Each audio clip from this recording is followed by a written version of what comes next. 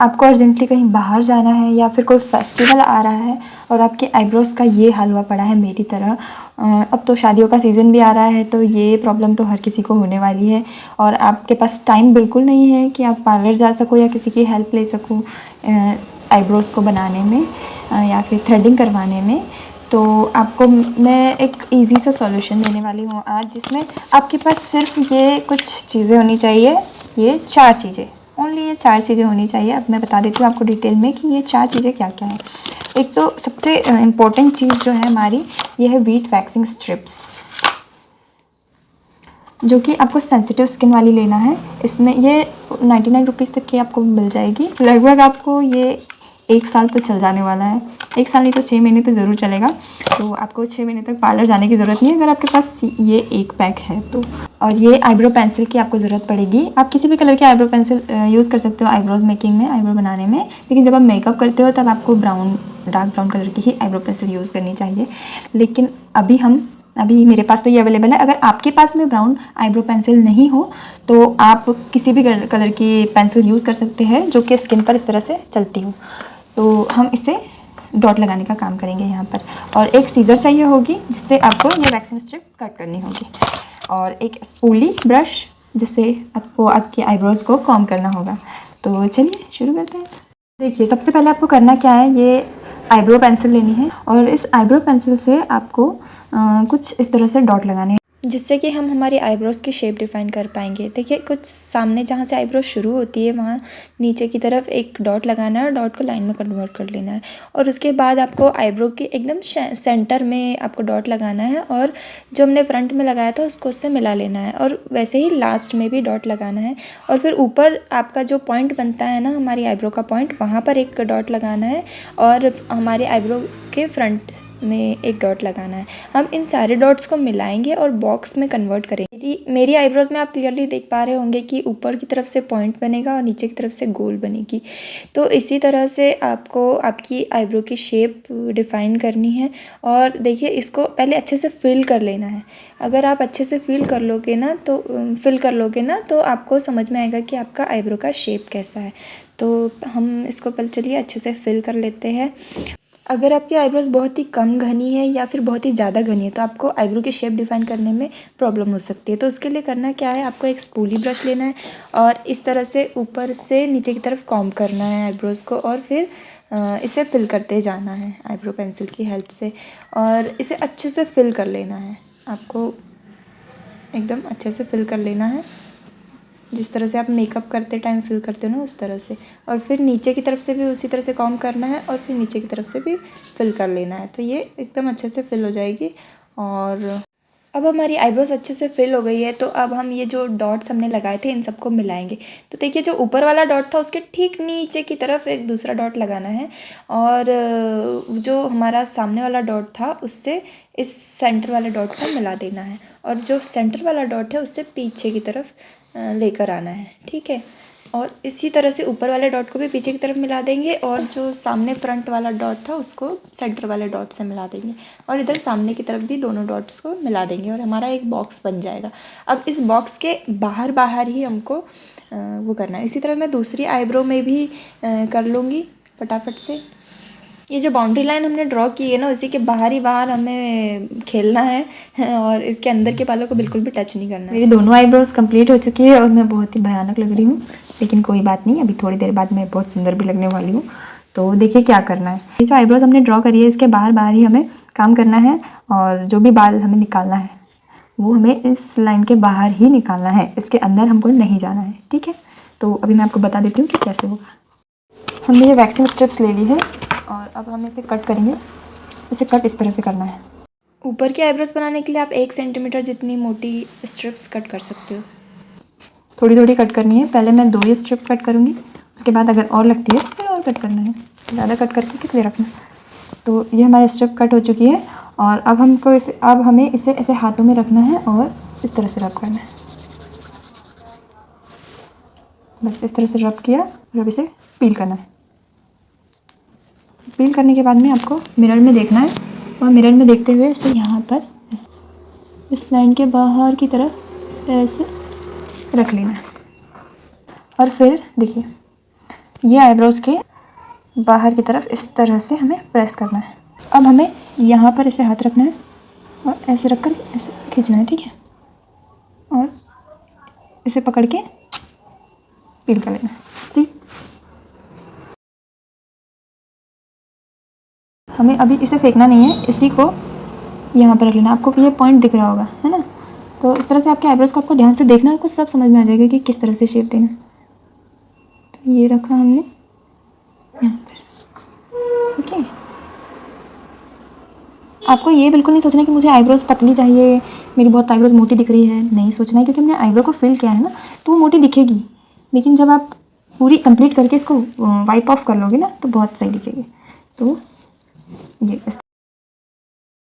इस डायरेक्शन में जब हमने लगाया तो हमने इसको भी बाहर की तरफ प्रेस किया, फेस की बाहर के डायरेक्शन में, ठीक है। तो डायरेक्शन का आप बिल्कुल ध्यान रखिएगा, बाहर के डायरेक्शन में प्रेस करना है और अंदर के डायरेक्शन में पुल करना है। अब हमें यहाँ के लिए स्ट्रिप्स कट करनी है, तो देखिए करना क्या है इसके लिए थोड़ी सी और पतली स्ट्रिप्स कट करना, क्योंकि अगर आप मोटी स्ट्रिप्स कट करोगे तो वो यहाँ तक ऐसे चिपक जाएगी और आपकी ये वाली स्किन खिंचेगी, तो इसीलिए ऐसी पतली सी स्ट्रिप कट करेंगे। हमें यहाँ नाप ले लेना है, ये यहाँ से यहाँ तक क्या आ रही है, हमें यहाँ से यहाँ तक करना है, ये डॉट हमारा यहीं तक है, तो हम इसके 2 टुकड़े कर लेंगे। मिरर में इस तरह से देख करके यहाँ पर रखना है, ओके, ऐसे, और फिर इसे बाहर के डायरेक्शन में प्रेस करना है।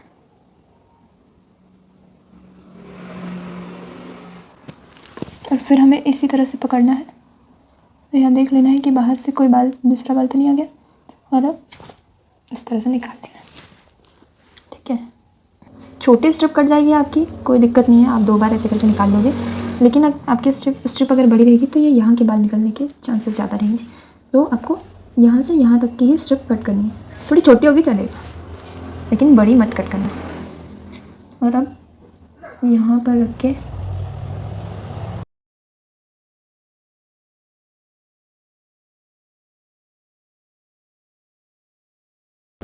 इस तरह से रखना है, और फिर से मतलब मैंने क्या किया, यहाँ पकड़ा और इसे इस तरह से प्रेस किया बाहर की तरफ, और अब क्या करना है, यहाँ पकड़ना है फिर से, है ना, इसको पकड़ा, यहाँ से ऐसे खींचा, और अगर आपकी स्ट्रिप यहाँ तक लंबी आ जाती है तो फिर यहाँ पे इस तरह से पकड़ना है आपको, ठीक है। और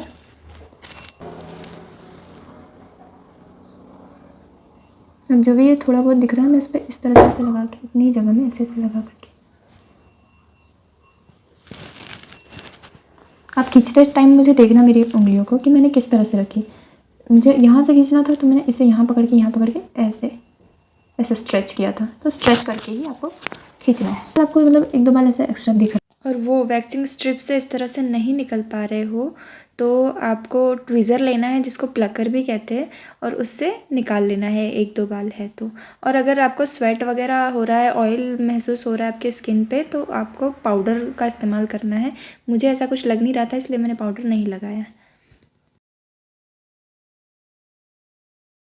से इधर की तरफ इसका डायरेक्शन है, यहाँ से इधर की तरफ, तो जब हम प्रेस करेंगे तो इधर से इधर की तरफ प्रेस करेंगे, इसको इधर से इधर की तरफ प्रेस करेंगे, लेकिन जब हम पुल करेंगे तो इधर से इधर की तरफ पुल करेंगे, और इस वाली आईब्रो में इधर से इधर की तरफ पुल करेंगे, ओके।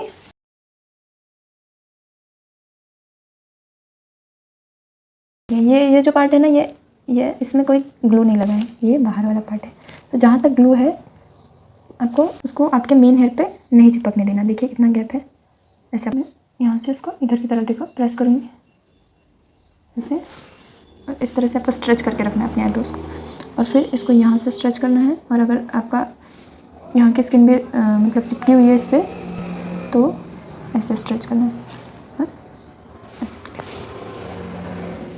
जो हमारे यहाँ के हेयर रह गए हैं उसको हम दोबारा से यहाँ पर लगा करके निकाल लेंगे।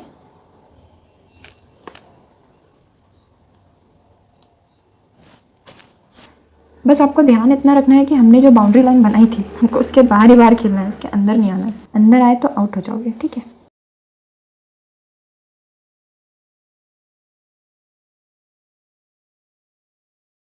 कंप्लीट किया, वैसे इस आईब्रो को भी कंप्लीट कर लेना है। इस आईब्रो को भी कंप्लीट कर लिया। अब जो मेरे फॉरहेड पर अनवांटेड हेयर्स है मैं उनको रिमूव करूँगी। फॉरहेड के लिए हमें चौड़ी स्ट्रिप्स कट करनी होगी और उसे कुछ इस तरह से रख करके आईब्रोज हो, अपर लिप हो, चाहे फॉरहेड हो, इन सभी में आपको डायरेक्शन का ध्यान रखना है। डायरेक्शन, प्रेस करने वाली डायरेक्शन और पुल करने वाली डायरेक्शन दोनों ही अलग है। जो बाल है जिनको आपको बचाना है, जिनको आपको निकालना नहीं है, उनको अच्छे से पीछे की तरफ बांध लेना या फिर ऑयल वॉयल लगा करके ऐसे चिपका लेना ताकि वो बीच बीच में ना आए। देखिए मेरा फॉरहेड क्लीन हो गया है। सी कितने अच्छे से फॉरहेड क्लीन हुआ है मेरा। आपको ना इसमें डायरेक्शन का ही ध्यान रखना है, सबसे ज़्यादा डायरेक्शन का ध्यान रखना है। मैं आगे आपको बताऊंगी डायरेक्शन के मतलब किस जगह पर किस डायरेक्शन में प्रेस करना है और पुल करना है। आधे फॉरहेड में इधर की तरफ प्रेस करना है, आधे फॉरहेड में इधर की तरफ प्रेस करना है। मतलब इधर साइड के फॉरहेड में इधर की तरफ प्रेस करना है और इधर साइड के फॉरहेड में ऐसे प्रेस करना है और फिर पुल करना है अंदर की तरफ इस तरह से। ठीक है, ये बाल मैंने नहीं लिए थे, मैंने यहीं तक लिया।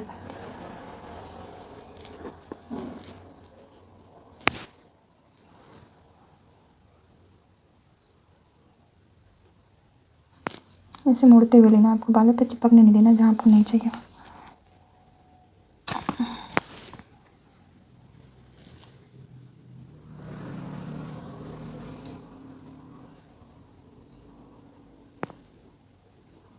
आपको पास दिख रहा होगा लेकिन ये बहुत दूर है। अगर मिरर में देखोगे तो समझ में आएगा कि बहुत दूर से लिया।